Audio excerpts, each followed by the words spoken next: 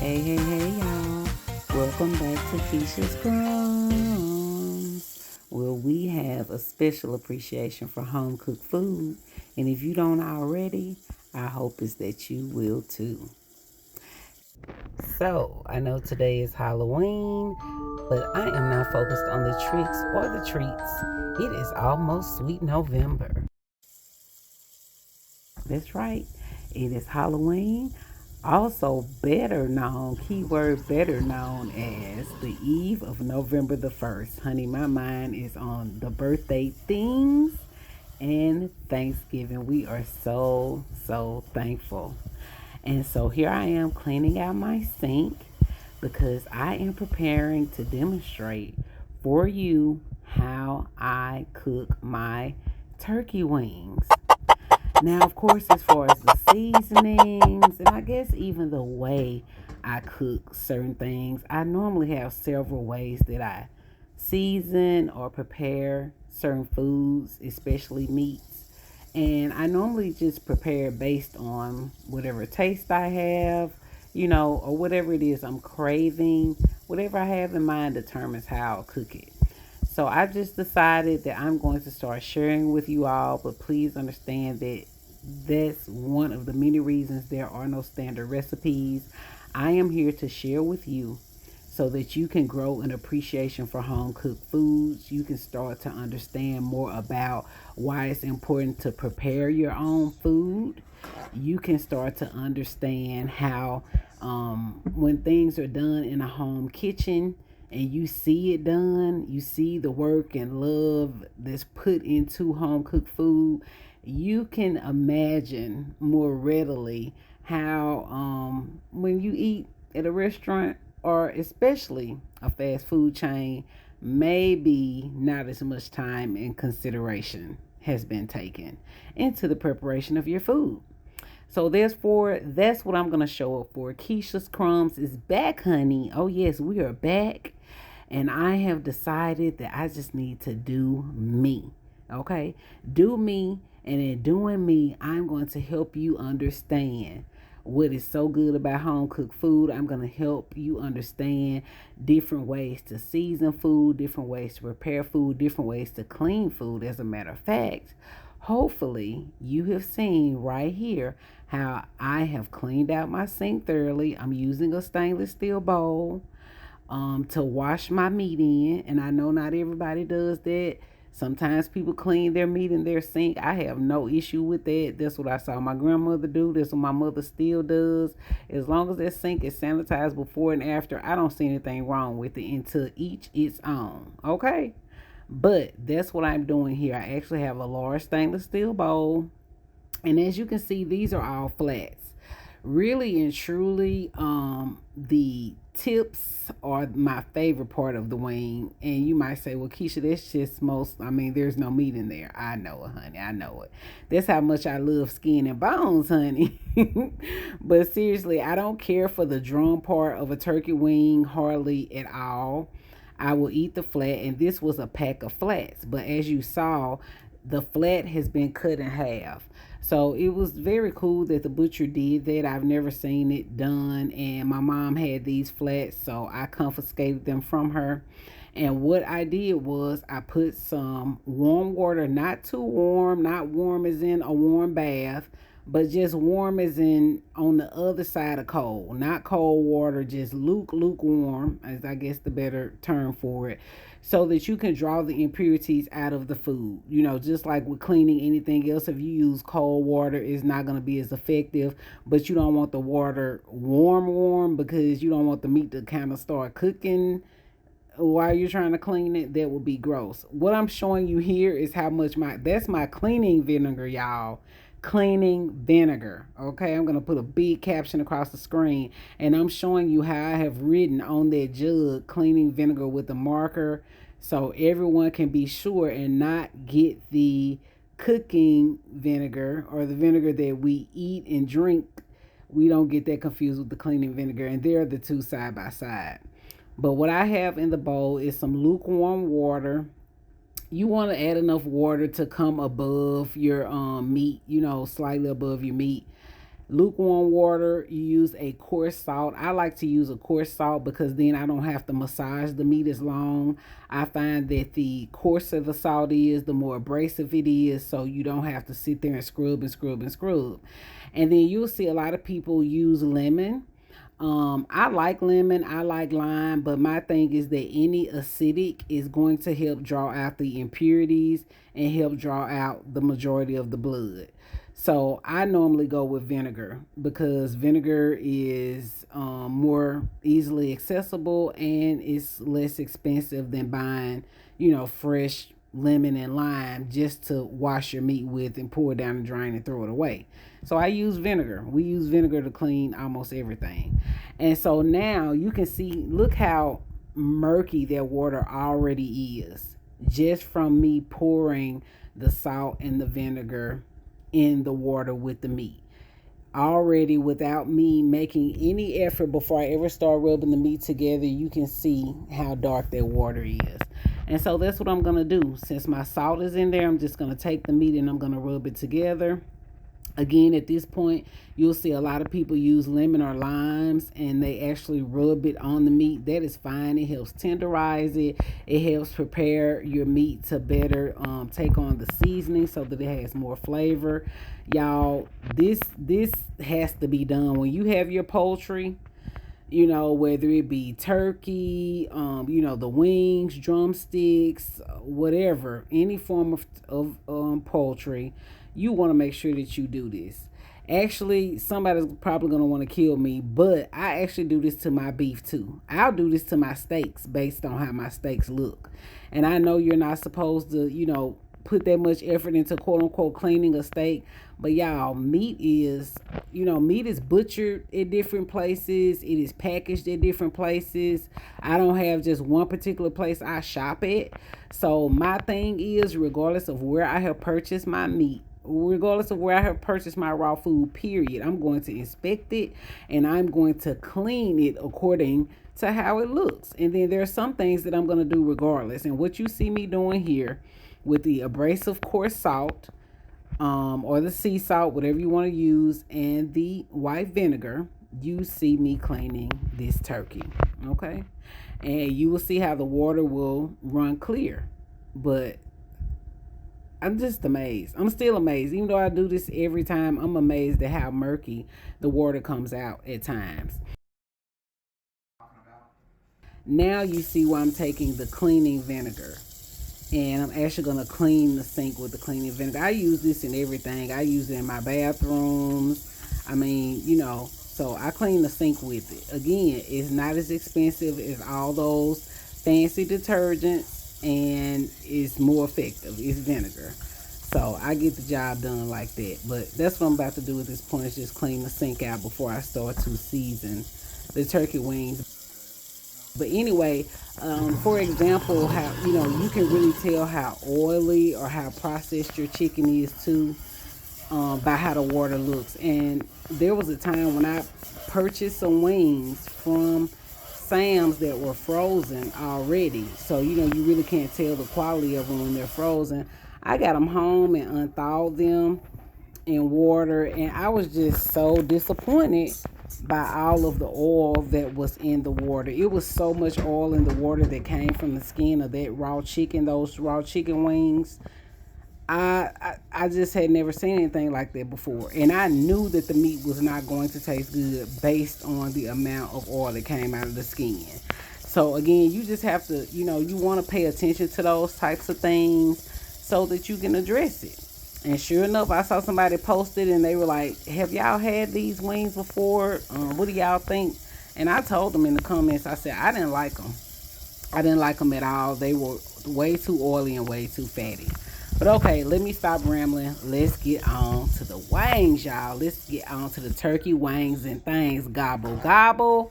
It is about to be Thanksgiving. And if you aren't comfortable cooking a whole turkey, or you have a small family and that's why you don't want to prepare a whole turkey, turkey wings are great. They are the best, the next best thing to do. So that's why I wanted to share this video with y'all.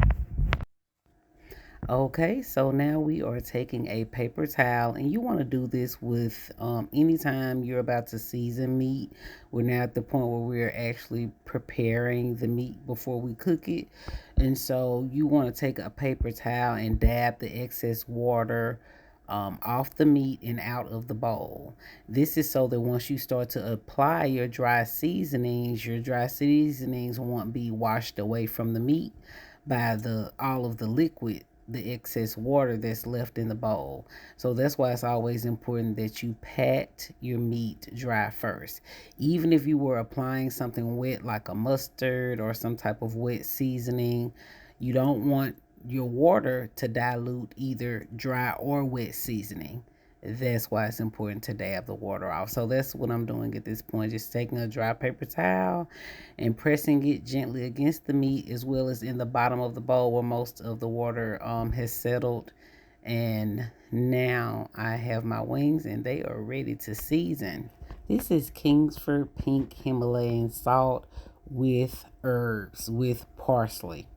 And so, I like to use pink Himalayan salt. That's always my salt of choice for seasoning. And I happen to see this in the store.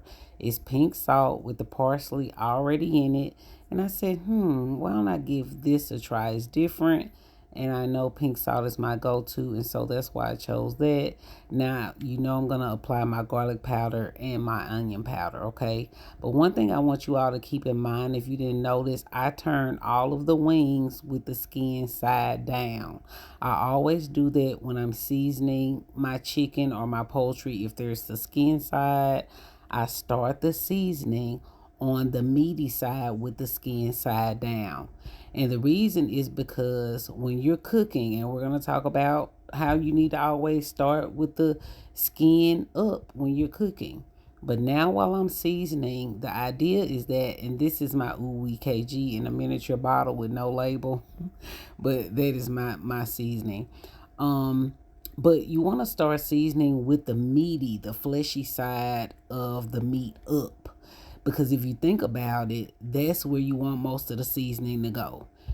By the time you season the meaty and the fleshy side of your protein, then when you turn it over, all you have to do is sprinkle a little on the skin. You're not going to need as much seasoning on the skin side as you do on the meaty side. So I always start with seasoning the meaty side, and then when I flip it over, as you see I'm doing now, I'm flipping it over, so now the skin is on the top. So now all I have to do is take those very same seasonings. I had the pink Himalayan salt with parsley, garlic powder, onion powder, and Ooey KG. I'm going to take those very same seasonings and I'm going to go back over the skin side of my meat. And I'm showing you there's all the skin side. And I won't apply as much seasoning as I did on the underside. More seasoning is required on the fleshy part of your meat than is on the skin side. But because skin is just fat, oil, and skin. So you don't need as much seasoning as you do on the actual fleshy part of the meat. Of course, we're going to be liberal with the Ooey KG because there's no salt. And so we want a lot of flavor, a lot of color, a lot of herbs. And I'm putting the seasoning on the skin side of the meat in the same order as I did with the opposite side, the fleshy side. And now because I have on my handy dandy gloves, I can just go and mix it all in until I can make sure the meat is thoroughly covered. So what you want to do is you just want to use the seasonings of your choice. Whatever it is that you like, that's what you use. There's no way to mess this up. You just need to make sure you don't use too much salt, right? People mostly quote unquote mess up their food by either over seasoning it or overcooking it. So don't use too much salt. You can always add salt at the table. Don't use too much heat because you can always put it back in the oven if it's undercooked. Again, I don't always cook my turkey wings the same way, but today I'm going to actually dust them with flour and I'm going to brown them in the pan. Okay, so you can actually cook these by putting them in the oven just as they are without any browning. But I was in the mood for gravy, and I would much rather make gravy from my pot liquor than to use packaged gravy. And we're going to show you that as well, how to make gravy from your pot liquor. But right now, I just want you to know that I added some olive oil to the pan, not butter, but olive oil. And I'm just going to take a little dusting of flour to these turkey wings, and I'm going to brown them. And that way, as the turkey wings cook, whether it be on the stove top or in the oven, of course, the meat is going to render a little water. And so, as that water mixes with the juices and the fat from the meat and the olive oil that the skin was browned in, it's essentially going to make its own gravy. So, I'll show you that. Right now, I'm just stirring the wings up a bit once more while I wait on the pan to heat up. And as always, whether we are frying or whether we're browning, we're going to start it with the meat side down, because the meat can withstand more temperature than the skin can. So we're going to start with the meat side down and let it get quite a bit of heat. That way, once we get ready to turn it and flip it, all we're doing is just maybe half the time on the skin side of the meat.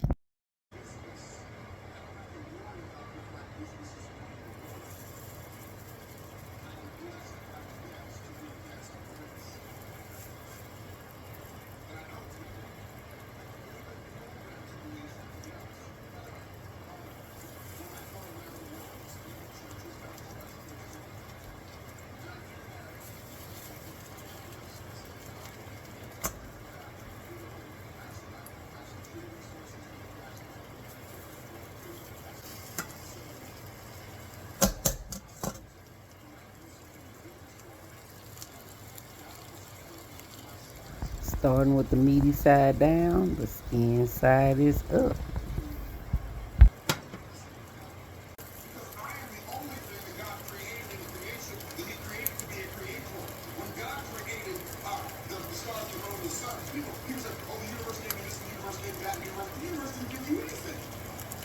This is the crust that has formed on the meaty side of the turkey wing.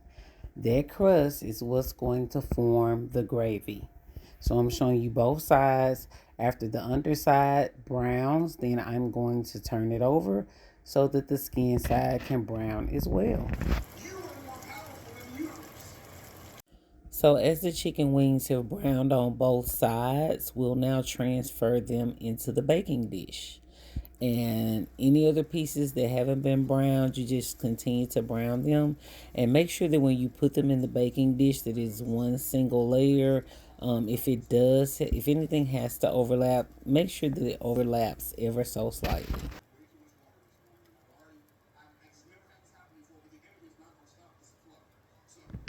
Okay, so I realized during editing that you all can likely hear the TV in the background.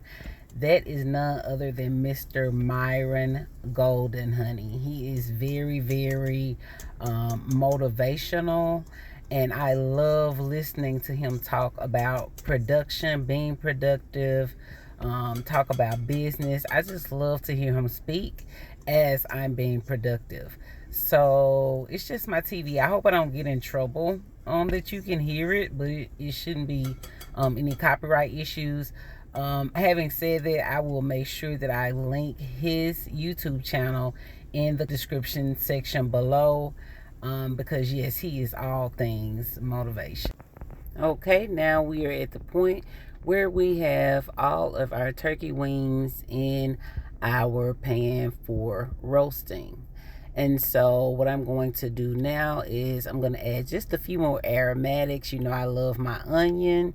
If you don't like onion, you don't have to add it. But at this point, you can add onion, fresh garlic. You can also add chives, green onion, if you had some fresh herbs like thyme, whatever flavors you like. you can add those. And then in addition to the onion, I'm going to also add just a few pats of butter. I realize we use olive oil to brown the meat, but since turkey does not have very much fat, I just want to make sure that the turkey wings are as flavorful as possible. With that, I'm going to add some butter. The butter will help maintain the moisture in the meat as well. So here we go. And my apologies for the weird angles, y'all. I'm working on it. Now, of course, you could add water at this point, but why use water when you can add chicken broth? You always want to substitute your water with broth whenever possible. So that's what I'm going to do. I'm just going to pour in a little chicken broth. Try not to pour the broth directly over the meat because it may wash down some of the seasoning. So I kind of pour it in between the pieces of meat. And you just want to pour enough to cover the bottom of the pan, especially if you're going to monitor your meat. Go in and check it. You can always add a little more broth if you feel as though it is cooking out too quickly. So that's just going to have to be a judgment call, which is why you want to make sure that, especially when you're not used to cooking certain items, make sure that you monitor it throughout, just so you can see better how your oven works. You can see how quickly or slowly a certain type of meat bakes. And yeah, it's just better to monitor, because then you can realize how things change over time once you start to cook it. And now what I'm doing, instead of adding a seasoning with salt in it, I'm just going in with my UWKG and adding a little more seasoning over the top to season the vegetables and to also season the broth that has been added.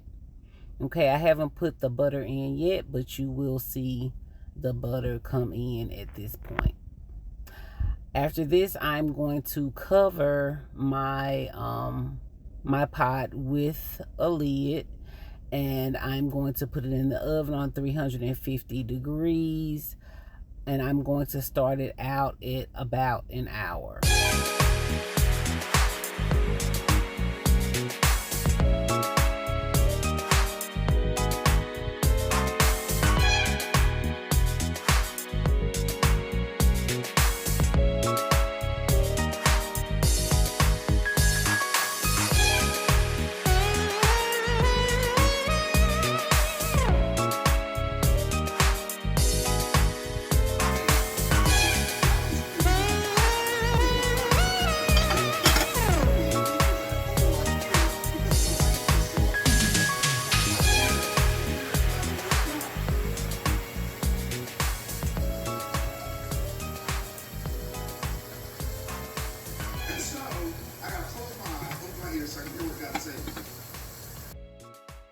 Okay, y'all, I need to cut this video right here because we are at shortly under 30 minutes. And so I think this is a better duration for me versus going the full hour. So as you can see here, I did make broccoli and cheese casserole, which is of course another recipe that we will need to discuss prior to the upcoming Thanksgiving holiday, honey. But what I'm going to do is I'm going to split it off, and I will create a separate video for the broccoli, rice, and cheese. So if you love broccoli, rice, and cheese, make sure you come back. Right here, what you see are the turkey wings. They have come out of the oven. All together, I would say they were in the 350 degree oven for about an hour and 30 to an hour and 45 minutes. The only thing is that you need to check. Always check your meat after an hour and see how it looks. See if it's tender enough and decide how much longer you want to keep it in there. At this point, you see that I'm basting. That's always a great idea when you have liquid in the bottom of your pot.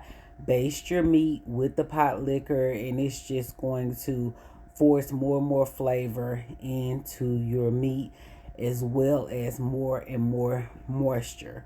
So you can see the color is beautiful. You have the caramelization on the top part of the skin. And here all together is the cornbread, the turkey wings, and the broccoli and cheese casserole. Again, I will come back and do a separate video on the broccoli and cheese casserole. I did it one way. There are several ways to do it, but we're going to talk about the basics. We're going to talk about the things that always need to be consistent in the broccoli and cheese casserole recipe versus the things that you can go in and change up, the variables that you can change and customize based on your liking. Those are the beautiful turkey wings. As you can see there, I mean, they are baked perfectly. And so now, honey, you know the southern belle that I am, I love to go in and fix the plates. That's what we call it in the South, at least where I'm from. We call it fixing the plate, the same way we refer to going to make groceries. At the grocery store, buying groceries is quote unquote making groceries. But anywho, I just wanted to go ahead and let you see me plate these turkey wings since it is the main portion of the entree.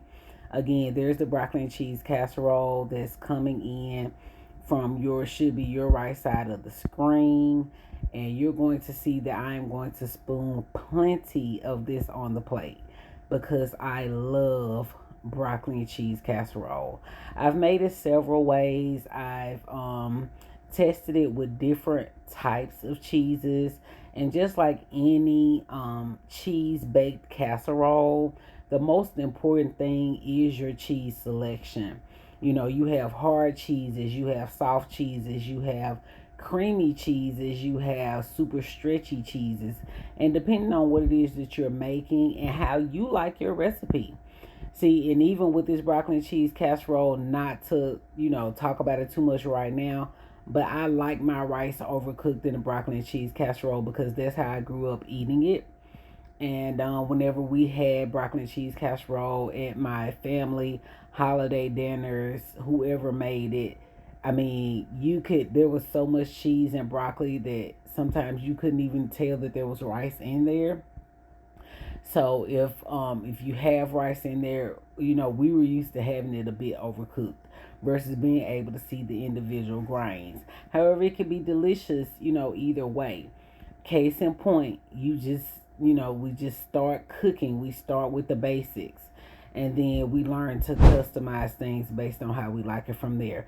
So right now you can see that the wings are plated. Those are some mustard greens, honey. I'll have to tell you about it later. The broccoli and cheese casserole, and I'm coming in with the cornbread. And as you can see, that cornbread is so soft, so supple. And then just for that empty white space on the plate, and because I love onion. I love onion. So I wish I had cut up more in the pot, but I didn't. So I'm just going in and grabbing a few onion and bell pepper. Now what I'm going to do is I'm going to take the gravy or the broth. It's pretty thin, so you can still refer to it as broth from the pot, and I am ladling it over the turkey wings. Now, if I wanted to make it thicker into a true gravy, all I would have to do is pour that pot liquor out of the pot, create a little slurry using either flour and water or cornstarch and water, and I'm going to show you about that when I upload my brisket video, which I just need to edit it. But right here we have what we would call like a thin sauce, or what they also call a pan gravy. It's still a bit translucent. It's not so thick that you can't see through it, but it has body to it. And for me, this was perfect because I had the butter, I had the stock, and oh my God, it was like chef's kiss, bon appetit. And here we have it, baby. It is all plated. And now for the close-up. You get to see the color on the skin. Oh my goodness. The volume and the fluffiness in that cornbread. Y'all, this meal was delectable. So remember, turkey wings are always an excellent choice for the holidays and for Thanksgiving if you are not up to making an entire turkey. Some people don't even like the breast of the turkey. I myself don't enjoy the leg of the turkey wing. So, we like to do it for presentation, of course, but that's if it's easy for us to accomplish. If a whole turkey is too much of a hassle, don't worry yourself about it. Go and get some turkey wings. I hope this recipe helped. Let me know down in the comments below how you make your turkey wings. And if there's anything you do differently, let me know whether you enjoy a pan sauce or a pan gravy better than a packet gravy. Happy holidays, y'all. It's about that time. Don't forget to subscribe to the channel and click that notification bell so you can be notified each and every time I upload a video. The broccoli and rice casserole is coming up. I already have it. I cooked it all at one time. We're just going to create a separate video for it. So please make sure you subscribe and have your notification turned on for all video uploads. Thank you for watching Kisha's Crumbs, because I give you my all. And if I give you my all, I'm giving you my love. I'm giving you the best that I got.